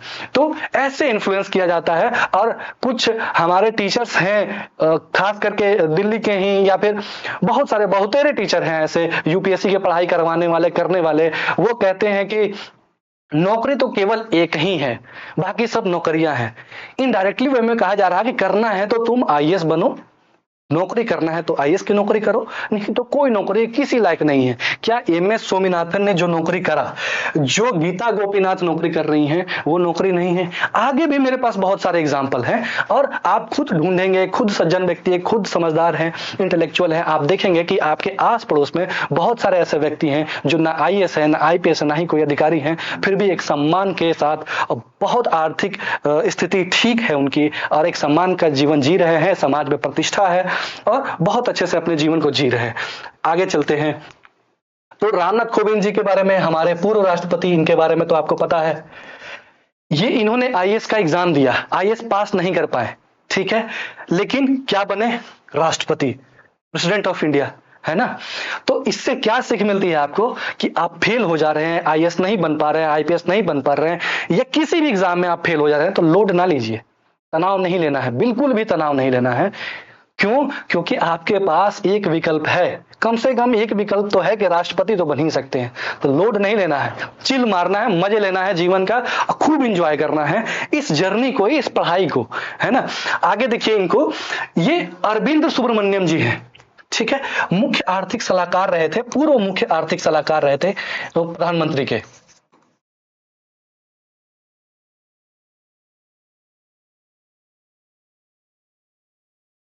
इन्होंने यूपीएससी एग्जाम दिया, आईएएस नहीं बने, अधिकारी नहीं बन पाए, लेकिन ये अर्थव्यवस्था में, अर्थशास्त्र में इनकी रुचि थी, इसको इन्होंने आगे बढ़ाया, अपना पैशन बनाया, पढ़ा लिखा और ये पूर्व आर्थिक सलाहकार, मतलब आर्थिक सलाहकार बन गए प्रधानमंत्री के, ठीक है। और आज की स्थिति ये है कि जिस सभा में बोलते हैं, जहां पर भी एज अ गेस्ट बुलाया जाता है, जहां पर भी वक्ता के रूप में इन्हें बुलाया जाता है, वहां बोलते हैं तो जिस बैच से ये छट चुके थे, जिस बैच में ये आईएएस नहीं बने, या इनके साथ के जो पढ़ने लिखने वाले इनके दोस्त मित्र यार थे, वो भी इन्हें सुनते हैं, इनसे सीखते हैं, इनसे इंस्पायर्ड होते हैं और कैसे चीजों को, कैसे नीतियों को बनानी है, लागू करनी है, इनसे सीखते हैं। तो ये इनका ओहदा है। हालांकि ये कहा जाए तो इन पर ठप्पा नहीं लगा है आईएएस का, आईपीएस का, लेकिन फिर भी इनकी प्रभावशीलता, इनका व्यक्तित्व, इनकी रुचि इनको इस स्तर तक पहुंचा दी है कि इन आईएएस आईपीएस इसको फॉलो करते हैं, इनको ध्यान से सुनते हैं, मंत्रमुग्ध होकर सुनते हैं और सीखते हैं। साथ ही साथ अब देखेंगे कि संजीव सन्याल है, जो इकोनॉमिक एडवाइजरी काउंसिल है प्रधानमंत्री के, उसके मेंबर है ये दो स्टेटमेंट इनका मैं लेके आया हूं। तो दो स्टेटमेंट में ये यूपी बिहार में क्या कहते हैं, तंज के रूप में, एक सार्कास्टिक वे में कहते हैं कि एबीसीडी बोलने से पहले जो बिहार का लड़का है ना, वो यूपीएससी बोलना सीख जाता है। एक तो स्टेटमेंट ये रहा कि कहने का मतलब ये है कि बिहार की जो जनता है, आबादी है, वो मेनली फोकस करती है यूपीएससी एग्जाम्स पे, है ना। और क्यों करे भी क्यों ना। अब देखिए बिहार में समस्या क्या है कि लैक ऑफ एस्पिरेशन है, ठीक है, पॉवर्टी ऑफ एस्पिरेशन, यानी कि आप जिस माहौल में रहते हैं, बिहार के बच्चे जिस माहौल में पैदा होते हैं, बड़े होते हैं, पढ़ते लिखते हैं, वहां पर सिर्फ और सिर्फ सरकारी नौकरी उनके दिमाग में डाल जाता है। और सरकारी नौकरी में भी इलीट, जैसे कि यहाँ के कुछ टीचर्स कहते हैं कि नौकरियां तो बहुत सारी हैं, नौकरी केवल एक है। तो केवल एक नौकरी जो आईएएस की नौकरी है, उसके विषय में बिहार की जनता बात करती है। अब समस्या क्या है कि बिहार में ना उद्योग है, ना ही कोई धंधा है, ना कोई व्यवसाय वैसा है, ना ही कोई ऐसा उद्योगपति है जिसके माध्यम से बिहार की जनता को रोजगार उपलब्ध हो पाए या फिर मोटिवेशन मिल पाए। है तो क्या, कृषि भूमि है, कृषि से आजीविका, आप जीवन निर्वाह कर सकते हैं, लेकिन आपकी महत्वाकांक्षाएं, इच्छाएं, जरूरतें पूरी नहीं हो सकती हैं, है ना। तो वो क्या करते हैं कि एकमात्र रास्ता देखते हैं कि यूपीएससी, सरकारी नौकरी जिसमें सुरक्षा है ना, सुरक्षा की गारंटी है कि एक बार यूपीएससी की नौकरी मिल जाती है या फिर सरकारी नौकरी मिल जाती है तो लाइफ सेट हो जाएगा, है ना। तो इसी से मोटिवेट होके ये लोग क्या करते हैं कि अब यूपीएससी की तैयारी करना शुरू कर देते हैं। क्योंकि बिहार की भूमि ही ऐसी है कि वो मेहनती बच्चों को पैदा करती है। हालांकि पूरे भारत की भूमि ऐसी है, लेकिन भारत की भूमि के बीच में बिहार का जो क्षेत्र है इतना गरीबी देख चुका है, ऐसी ऐसी स्थितियां देख चुकी हैं कि वहां के बच्चे काफी मजबूत हो चुके हैं, वो मेहनत करना जानते हैं, वो दाल भात चोखा खाकर, वो दिन रात पढ़ाई करके, दिन रात मेहनत करके अपने तकदीर बदलना जानते हैं। तो इन्हीं सब पॉजिटिव पॉइंट्स के, सकारात्मक बिंदुओं को ध्यान में रखते हुए कुछ टीचर्स, कुछ लोग बरगला के, बहला के, या समाज की ऐसी चेष्टा हो जाती है, ऐसी आकांक्षा होती है कि वो इन्हें यूपीएससी की राह में ढकेल देता है। और कब वो 21 से 31 का, 41 का हो जाता है, उसे खुद पता नहीं चलता है। तो ये कहते हैं कि बिहार के बच्चे यूपीएससी से, एबीसीडी से पहले यूपीएससी बोल लेते हैं। साथ ही साथ ये कहते हैं कि UPSC is a waste of time, UPSC समय की केवल बर्बादी है। और साथ ही साथ कहते हैं कि जो नौकरशाही है ना, उसका बहुत बड़ा हिस्सा बहुत डल और बोरिंग है, बहुत नीरस है, क्योंकि ये उस नौकरशाही का पार्ट रहे हैं, उसमें रहे हैं, तो वो अंदर से चीजों को देख रहे हैं। आगे भी मैं उदाहरण दिखाऊंगा और भी कि जो लोग ब्यूरोक्रेसी में है, जो नौकरशाही में है, उनकी स्थिति क्या है और क्या सोचते हैं उसके बारे में। और क्योंकि दूर के फल जो होते हैं, कहा जाता है कि मीठा दिखता है, जब हाथ में तब एक्चुअल पता चलता है कि भाई मीठा था या खट्टा था। एक और कहावत चलती है हमारे क्षेत्र में कि दूर के ढोल सुहाने लगते हैं, तो जो दूर में ढोल बजता है सुहाने लगता है, लेकिन घर के सामने पीटना शुरू कर दिया जाए ढोल, तो आप 2 मिनट 4 मिनट बर्दाश्त करेंगे, उसके आगे आपको लगेगा कि यार सिर में दर्द हो रहा है। तो जब तक आप वैसी स्थिति में, वैसी परिस्थिति में नहीं पड़ते हैं, तो वास्तविक स्थिति का तब तक आपको भान नहीं होता है ना। तो ये कहते हैं कि, और आगे सजेस्ट करते हैं हालांकि, कि भारत के युवाओं को यूपीएससी के से आईएएस बनने के जगह पर उन्हें एलन मस्क, अडानी, अंबानी बनने के बारे में सोचना चाहिए, क्योंकि बहुत छोटा स्तर हो जाता है ना। जैसे कि अगर आईएएस बनते हैं तो आप जिले तक सीमित रहेंगे, और भाई एलन मस्क का कौन नहीं जानता है, वो पूरी दुनिया ऑलमोस्ट कंट्रोल कर रहा है। मार्क जुकरबर्ग को देख लीजिए, पूरी दुनिया कंट्रोल कर रहा है ना। तो हमें सपने ही छोटे दिए जा रहे हैं। कहा जाता है ना कि सपना इतना बड़ा देखो कि टूट भी जाए तो उसका टुकड़ा भी बड़ा ही मिले, है ना। तो इतना बड़ा सपना देखिए कि टूट जाता है, तनाव नहीं लेना है, क्योंकि उसका टुकड़ा जो मिलेगा वो भी बड़ा ही मिलेगा, है ना। तो आईएएस तो फिर भी उसके सामने, मार्क जुकरबर्ग के सामने, एलन मस्क के सामने बहुत छोटा है, सुंदर पिचाई के सामने बहुत छोटा है ना। गीता गोपीनाथ का हम लोग जिक्र किए, हम लोगों ने एमएस स्वामीनाथन को देखा, उनका जिक्र किया, तो काफी छोटा है।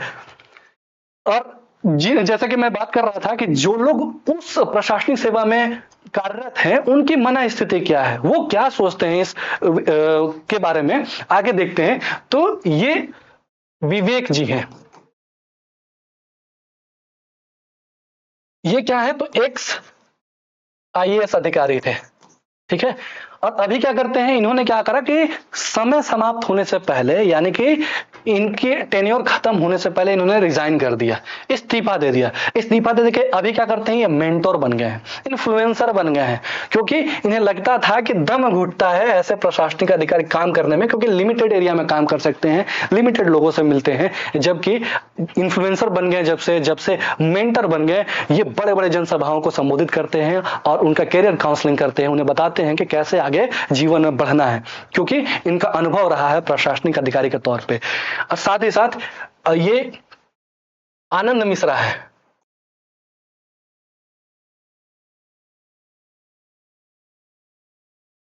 ये एक्स आईपीएस हो गए हैं, हाल ही में इन्होंने रिजाइन किया था। ये बिहार क्षेत्र से बिलोंग करते हैं और इनकी महत्वाकांक्षाएं ऐसी हैं कि इन्होंने आईपीएस को रिजाइन करके और अभी क्या, ये पॉलिटिक्स में आने खोज रहे हैं, और इसके लिए ये कार्य कर रहे हैं अपनी जन्मभूमि का, जहां ये से ताल्लुक रखते हैं, बिहार के जिस क्षेत्र से ताल्लुक रखते हैं वहां कार्य करते हैं, और वहां के युवाओं को गाइडेंस दे रहे हैं, मेंटरशिप दे रहे हैं कि आगे भविष्य में कैसे जीवन में आगे बढ़ा जाए, कैसे सफलता को प्राप्त किया जाए। तो चूंकि इन्हें मिल चुका है, इन्होंने उसका स्वाद चख लिया है उस फल का, फिर वो जानते हैं कि छोड़ के हम आगे क्या कर सकते हैं और क्या नहीं कर सकते हैं।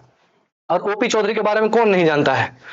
छत्तीसगढ़ के जो नक्सलाइट एरिया है, नक्सलवादी क्षेत्र है, उग्रवादी क्षेत्र है, वहां पर इनके कार्यों का सराहना, मतलब वहां के आदिवासी या बाहर के लोग, हर कोई इनके कार्यों की सराहना करता है। ये क्या करते हैं कि समय से पहले, उम्र होने से पहले इन्होंने रिजाइन किया आईएएस के पद से और पॉलिटिक्स ज्वाइन किया। पॉलिटिक्स ज्वाइन करने के बाद से आज क्या है, वो वित्त मंत्री हैं।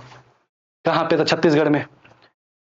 तो एक होता है ना कि जैसा आप सोच रखते हैं वैसा बन जाते हैं।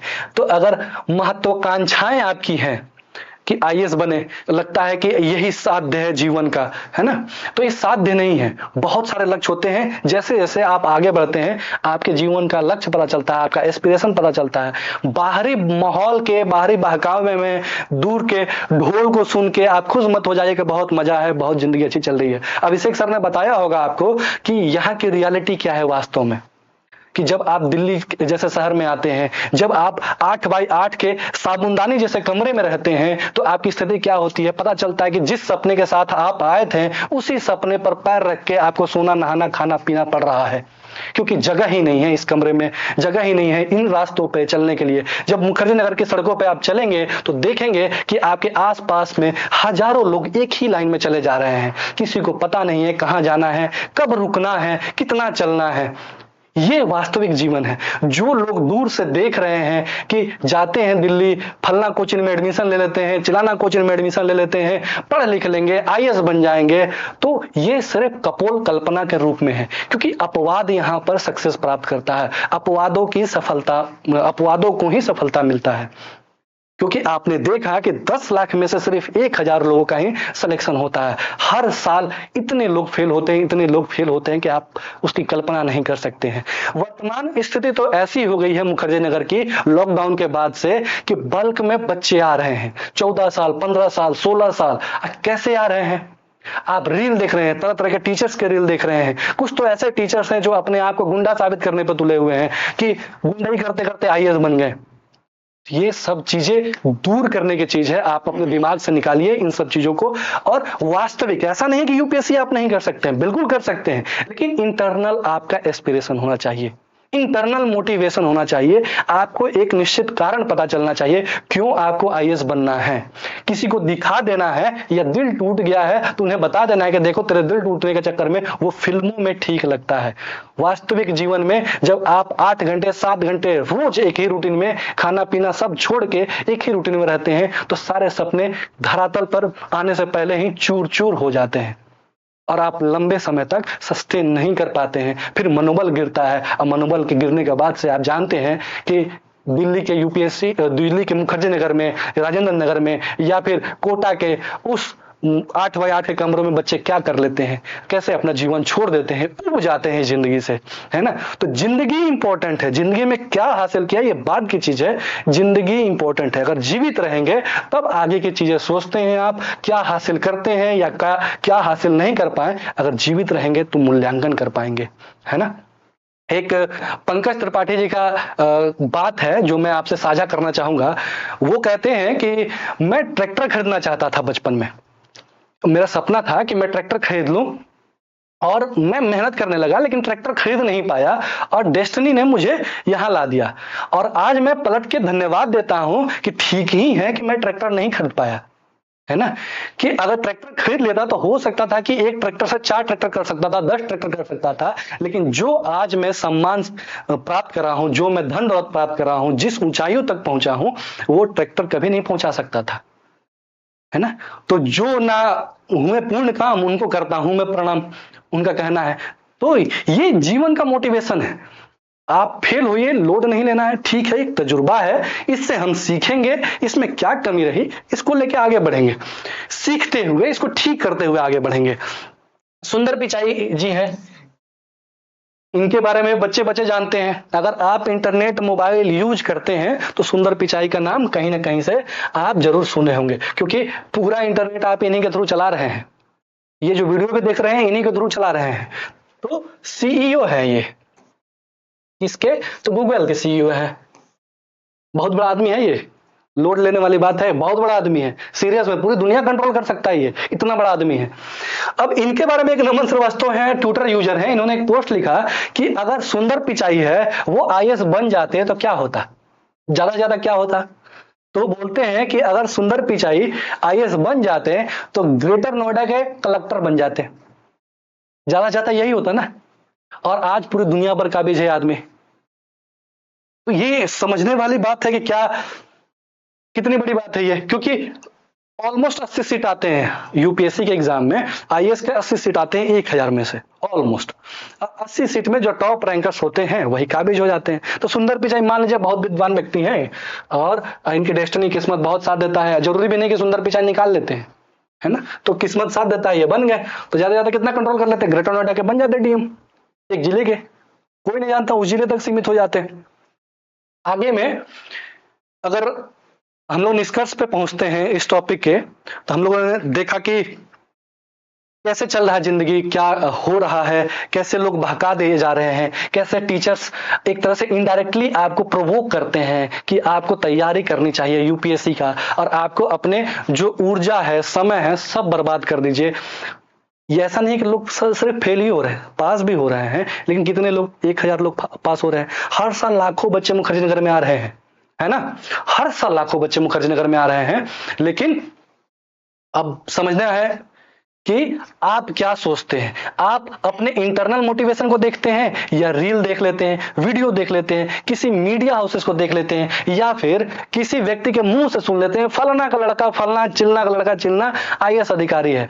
ये एक मेंटालिटी है ना कि लोग क्या कहेंगे, हम ये ले लेंगे। एक चीज मैं सोचता था, मेरे कई सारे दोस्त हैं हम लोगों ने 10वीं की परीक्षा मतलब तैयारी करी, एग्जाम दिया, अच्छे नंबर से पास हुए।